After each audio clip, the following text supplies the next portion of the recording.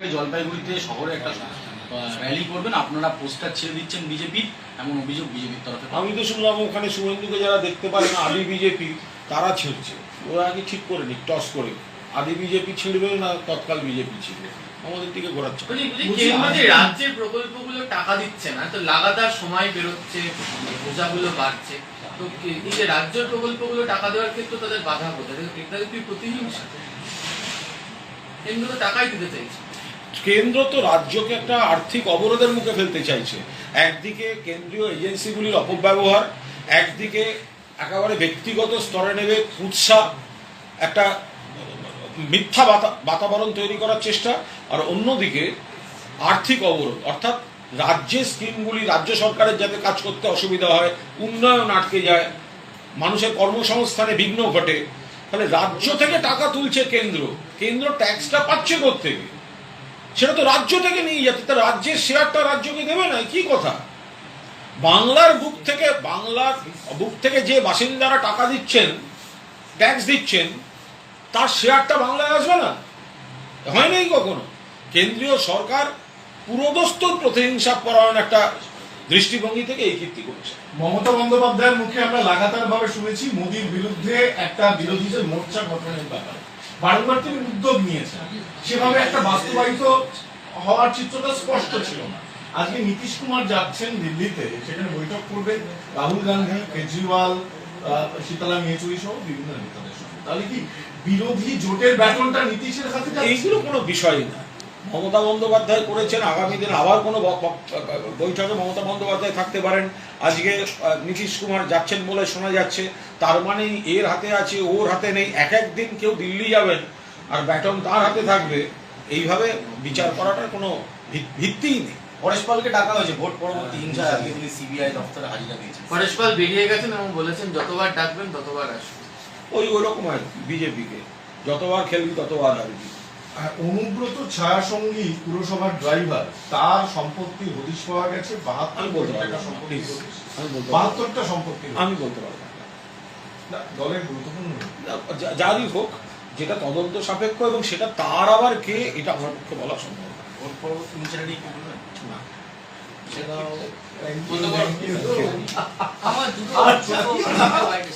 বুদ্ধবাবু থেকে মমতা ব্যানার্জি সত্যি সম্পদ তৈরি, যে কোনো ক্ষেত্রে সম্পদ তৈরি এবং মানুষের প্রত্যক্ষ আয় বাড়ানোর ক্ষেত্রে যে কাজ হয়েছে তার বহুগুণ বেশি এখন হচ্ছে।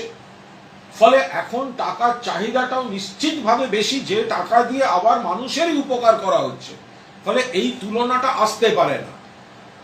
সামান্য একটা বিশ্ববিদ্যালয়ের সংখ্যা দেখুন না, বাম জমানার বিশ্ববিদ্যালয় আর এখনকার বিশ্ববিদ্যালয় এতগুলি হচ্ছে তো, এরকম প্রত্যেকটি ক্ষেত্রে পরিকাঠামো, রাস্তাঘাট, উন্নয়ন, পানীয় জল বাড়ি বাড়ি যাচ্ছে।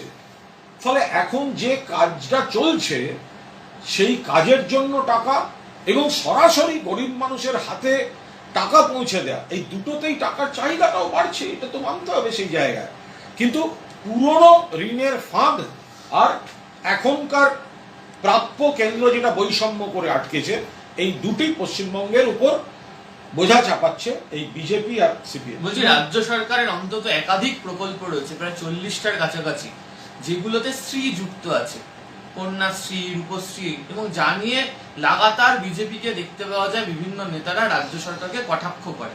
এরই মধ্যে কেন্দ্রীয় বিদ্যালয় থাকার পরেও পিএমশ্রী বিদ্যালয় বলে তারা একটা প্রকল্প নিচ্ছে। এখন রাজ্যের প্রকল্পে টাকা না দিয়েই নিজেরাই প্রকল্প চালু করার অর্থ যদি হয় সেটা, তাহলে কি তারা রাজ্যের প্রকল্প বন্ধ করে দিতে চাইছে? এটা কি যুক্তরাষ্ট্রীয় কাঠামোয় আঘাত নয়? প্রথম কথা হচ্ছে, বিজেপি নিজে কিছু করতে পারেনি, করেনি, ব্যর্থ। ওরা পুরনো কেন্দ্রীয় প্রকল্পগুলোর কিছু নাম পরিবর্তন করছে, যেখানে দেখুন শহর, রাস্তা, স্টেশন নাম বদল হচ্ছে, নতুন কাজ করেনি। আর বাংলায় দেখবেন কাজের গতি বেড়েছে। পুরনো যে সরকারি স্কিম ছিল, অর্ধেক মানুষ তার নামই জানতেন না, কি উপকার পাবেন, সেগুলোর কাজ হয়েছে। মমতা বন্দ্যোপাধ্যায় নতুন উদ্ভাবনী শক্তি দিয়ে নতুন কাজ, নতুন স্কিম মানুষের কাছে কত বেশি করে নিয়ে এসছেন। এখন বিজেপিকে সেটা নকল করতে হচ্ছে এবং বাংলার সরকার যে কাজ করছে সেটাও তারা সহ্য করতে পারছে না। ফলে তারা বাংলা স্কিমগুলিকে ডিস্টার্ব করতে চাইছে, আবার সেটাকে নকল করে একটা এই নকল নবী সরকার একটা কৃতিত্ব পাওয়ার একটা হাস্যকর চেষ্টা করার দিকে যাচ্ছে। বীরভূমে গিয়ে না, না। ডিওয়াইএফআই নেত্রী মীনাক্ষী মুখার্জি তিনি বলেছেন সরকারি প্রকল্প থেকে কারোর নাম বাদ গেলে মেরে হাত গলায় ঝুলিয়ে দেবে, হুমকি দিচ্ছেন। না, মীনাক্ষী ডিওয়াইএফআই তরুণী নেত্রী, রাজনীতিতে এসছেন। এখন বড় নেতারা অতীতে যা বলে গেছেন, যে ধরনের ভাষা, যেমন বিনয় কুমার লাইফেল করে দেবো নন্দীগ্রাম ঘিরে রেখে, উনি তো তাদের উত্তরাধিকারী। এই ধরনের ভাষা যারা বলেছেন, বিমান বোস বলতেন বিচারপতি লালা বাংলা থেকে পালা, হাইকোর্টের জাজকেও এরা বাদ দেননি। ফলে ইয়েস অর নট, আর দুই, যদি হ্যাঁ হয় উত্তর, তাহলে আপনাদের 1.5 বছর আগে নির্বাচনী ইস্তাহারে কেন ছিল না সেটা? ভোটে হারার পর মনে হলো বঙ্গভঙ্গ।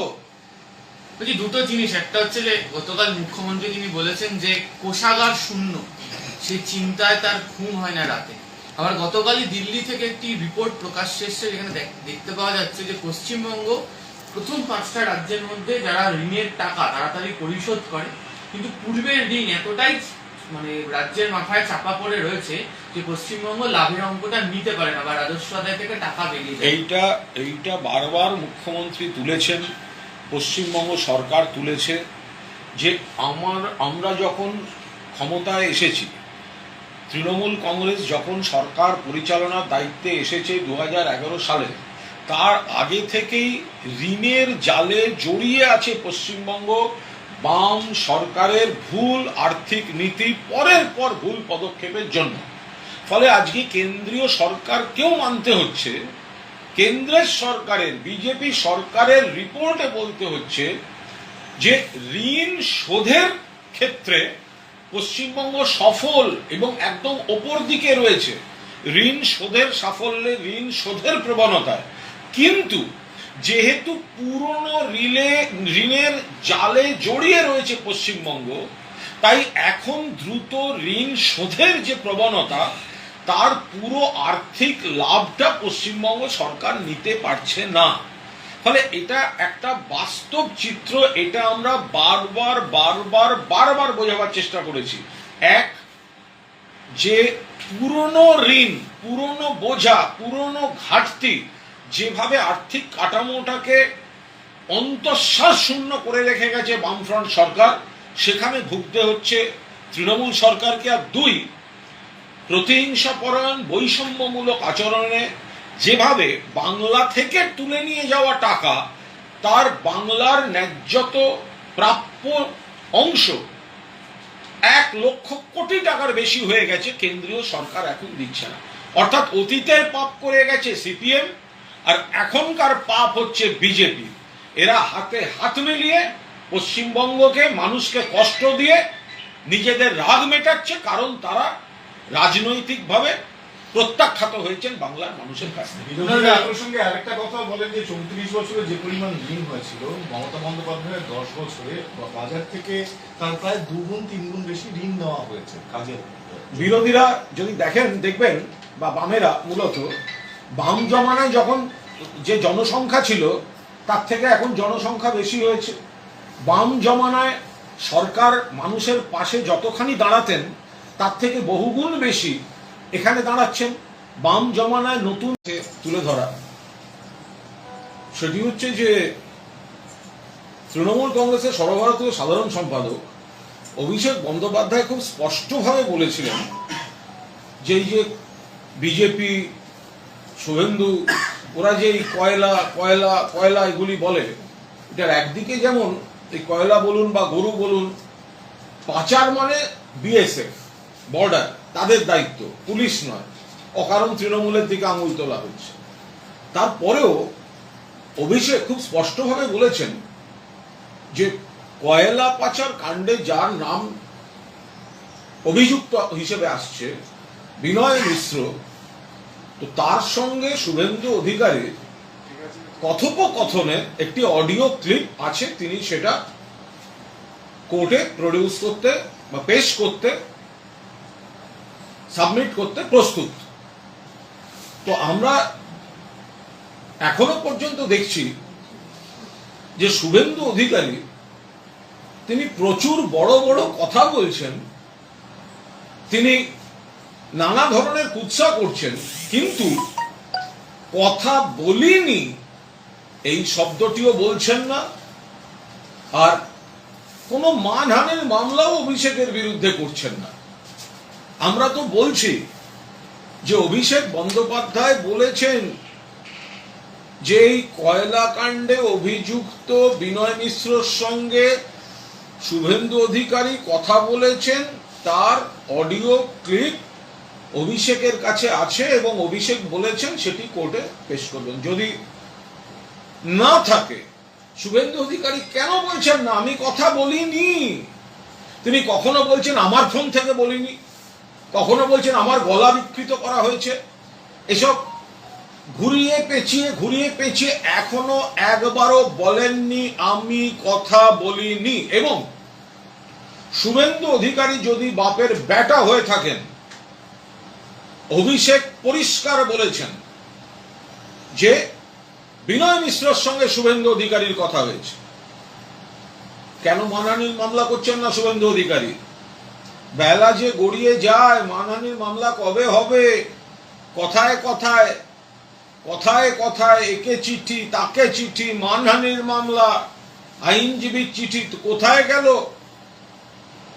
নারদার ভিডিও যেটা এসছিল 2016 সালে, তার সত্যি মিথ্যা ওই দিকটায় যাচ্ছি না, কিন্তু সেটা এসছিল মূলত ভোটের সময়, ভোটের লক্ষ্যে।